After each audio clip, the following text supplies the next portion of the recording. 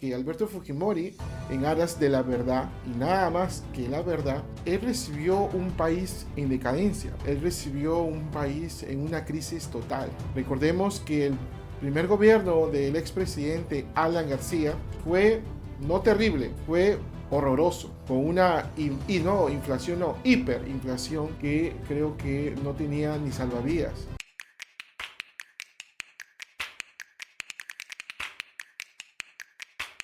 Hola, soy Germain y hoy voy a hablarles sobre la historia, un poco a grosso modo, de la muerte del señor expresidente Alberto Fujimori, en la que pues ingresó al mandato en el año 90, combatiendo o ganándole las elecciones al escritor Margo Vargas Llosa. En las redes sociales estamos viendo y en la televisión algunas especulaciones, algunas interrogantes, algunas preguntas con respecto a quién sería el heredero político o heredera. Ya sabemos a quién nos estamos refiriendo, o a su hija Keiko Fujimori o a su hijo Kenji, en la que este último goza de gran popularidad por la sensibilidad hacia su padre en especial, a comparación de su hija, en la pues que se muestra más fría, se muestra una actitud más reservada, se muestra, y muchos consideran esa actitud, ese comportamiento como una mujer muy calculadora, digamos que sí. La consideran algunas personas, politólogos o analistas políticos, consideran que Keiko es una mujer que no le perdonó que su papá tenga más popularidad que ella. Tanto así que su hermano Kenji en su momento tomaron un distanciamiento fuerte, que cosa que su padre en vida trató pues de reconciliarlos. Y volvemos a nuestra pregunta: ¿quién será a que sea el heredero? ¿Cuáles serían las consecuencias o qué nos traería a raíz de la muerte de un personaje polémico, digamos, por decirlo así? Un personaje que para algunos ha hecho muchas cosas y para otros es un dictador, porque en el año 92 cerró el Congreso y pues no respetó los derechos humanos, los derechos de algunos congresistas u otras autoridades. Es muy controversial. Sin embargo, pues quiero decirles que Alberto Fujimori, en aras de la verdad y nada más que la verdad, pues él recibió un país en decadencia. Él recibió un país en una crisis total. Recordemos que el primer gobierno del expresidente Alan García fue no terrible, fue horroroso, con una hiperinflación que creo que no tenía ni salvavidas. Entonces adicionalmente teníamos a Sendero Luminoso, MRTA, grupos terroristas que día a día, noche a noche, traían con sus cochebombas y la agresividad era tremenda. Ahí no habían organizaciones criminales como ahora. En ese momento eran los grupos terroristas. Era un tema donde no habían carreteras, colegios, la educación en las zonas rurales no había. Era escasa, muy escasa. Aquí en Piura, en el departamento de Piura, desde Chiclayo hasta Tumbes, en las últimas elecciones, el grupo fujimorista o el partido fujimorista ha tenido acogida. Y eso ha sido porque acá en el norte sufrimos del tema del fenómeno del Niño. Y recuerdan aquellas personas del Bajo Piura, de la Arena, la Unión, de Tumbes sobre todo, Piura también, recuerdan que el chinito, así lo denominaban, el señor Alberto Fujimori llegaba a mancharse, a mojarse en los canales y traía ayuda, traía colchas, traía apoyo, maquinaria, y ese recuerdo de esa imagen presidencial la gente lo guarda, y es por ello de que el norte en las últimas elecciones ha tenido bastante acogida. Actualmente hay 3 congresistas por el partido de la señora Keiko Fujimori, que es la presidenta de Fuerza Popular. en las elecciones anteriores tuvieron 4 congresistas. De manera de que es una inquietud que muchos se preguntan, muchos quieren saber cuál es el destino que les repara, si va a aprovechar la señora Keiko Fujimori para, digamos, subir su popularidad aquí en el Perú, en el norte, en cualquier parte del país, o bueno, se quedará en el recuerdo de la imagen presidencial, o muchas personas van a considerar que quizás Keiko Fujimori no está a nivel de su papá. Lo cierto es que yo veo aquí que la gente peruana se siente más sensibilizada por la actitud que ha tenido Kenji. Kenji, recordemos que él trató de negociar el indulto con el expresidente Pedro Pablo Kuczynski y que eso le ha traído investigaciones y que creo que hasta ahora lo tiene. Su hermana no lo apoyó en ese momento. Estoy hablando de hechos reales. Entonces, ahora pues que sus lágrimas hacia la muerte de su papá, muchos no le creen.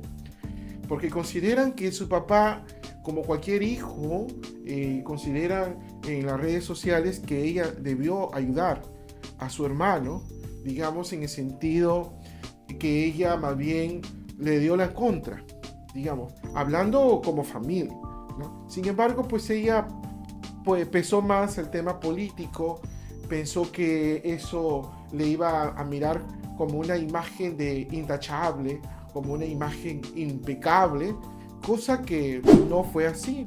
Estoy hablando de como la historia.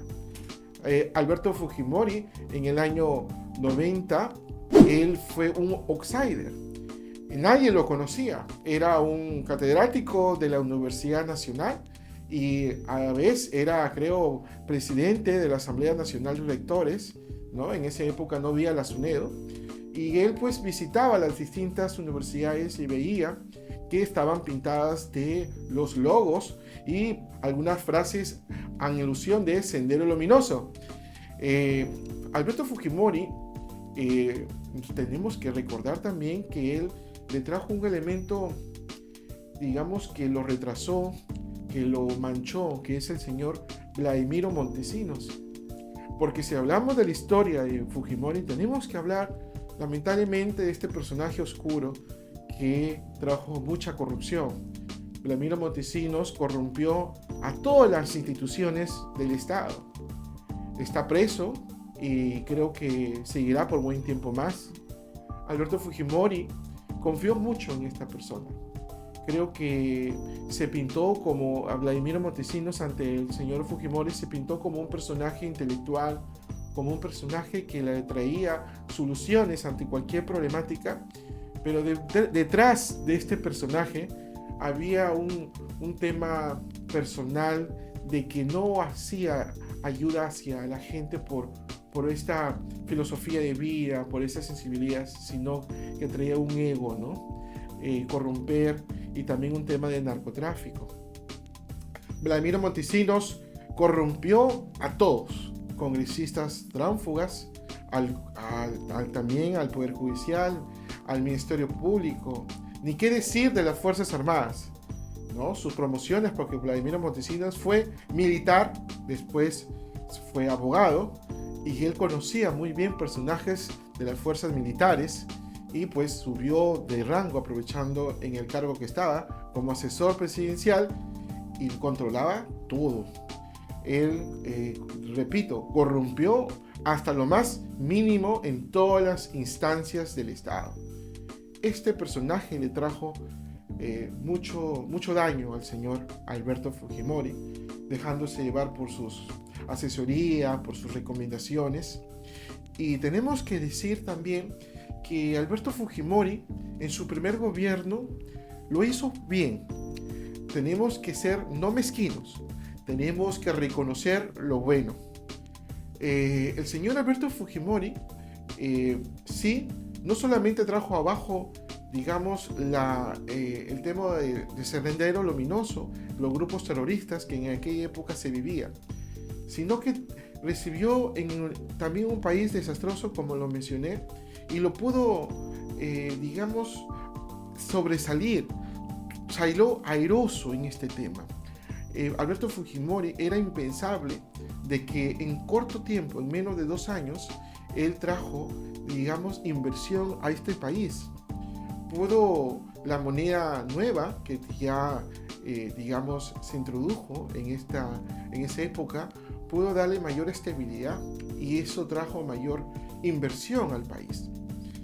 Lo bueno es que hizo construcciones de carreteras, colegios en las zonas rurales, trajo una economía, estabilizó al país en comparación de cómo lo había recibido. Sin embargo, creo que se dejó llevar por la ambición. Él no debió postular en el año 2000. Creo que él debió dar un paso al costado. Debió que otros candidatos ocupan el cargo de presidente y luego volver a postular si lo creía conveniente. Pero la ambición, a veces el ser humano lo puede más. Tenía mucha popularidad, es verdad. Los diarios chichas, el Vladimiro Montesinos los manejaba. Los canales de televisión también los manejaba. Pagaba millones de dólares por ese tema, con el fin de que haya cortinas de humo y que problemas o escándalos políticos de su gobierno no salgan a la luz. Entonces, Vladimiro Montesinos le trajo mucho daño al señor Alberto Fujimori. Y en ese sentido, tenemos que decir que ha habido aciertos y también equivocaciones, ha habido errores.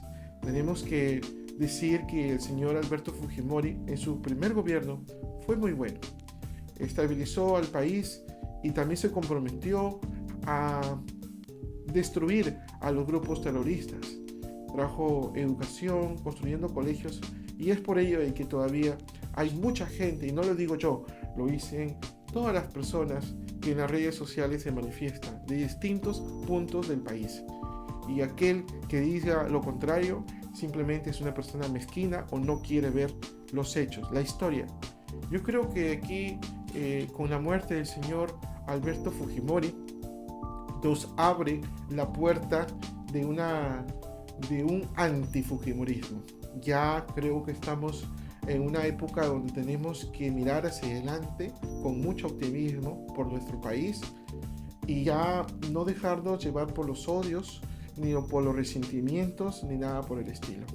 Y es momento de mirar la política desde un punto de vista más alto, que es a preocuparse por la necesidad de las muchas personas que están esperanzadas en los políticos. Y políticos no tanto se requiere, que es importante, académicos, sino políticos con una fuerte sensibilidad, con cero corrupción.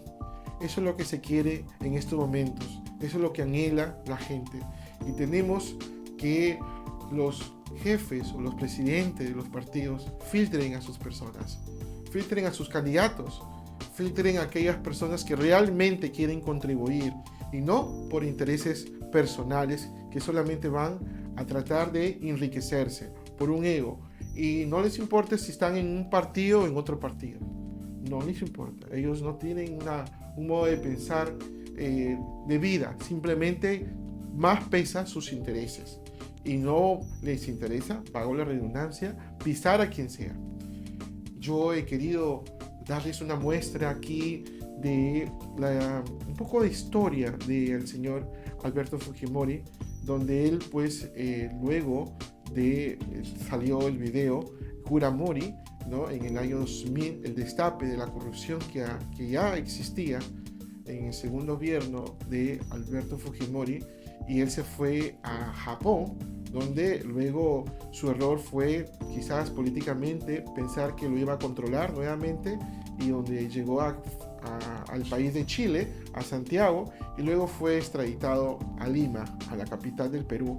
Es ahí donde luego lo sentencian por delitos graves y pues por un indulto del señor expresidente Pedro Pablo Kuczynski, y luego el Tribunal Constitucional le dio la libertad, por decirlo así, y estuvo poco tiempo en libertad en su casa de la señora Keiko Fujimori, de su hija, y pues por un cáncer que él padecía de la lengua y con otras complicaciones de salud, pues no soportó más y nos dejó. Un personaje que, para bien o para mal, estará en los libros de la historia. Nos guste o no, estará, y que la historia, con tranquilidad, con mucha serenidad, será quien critique desde ese punto de vista. He querido hablarles desde otra óptica y espero verlos el próximo domingo a las 7 de la noche, y recuerden en suscribirse y seguirnos en nuestras redes sociales. Cuídense mucho. Muchas gracias. Hasta luego.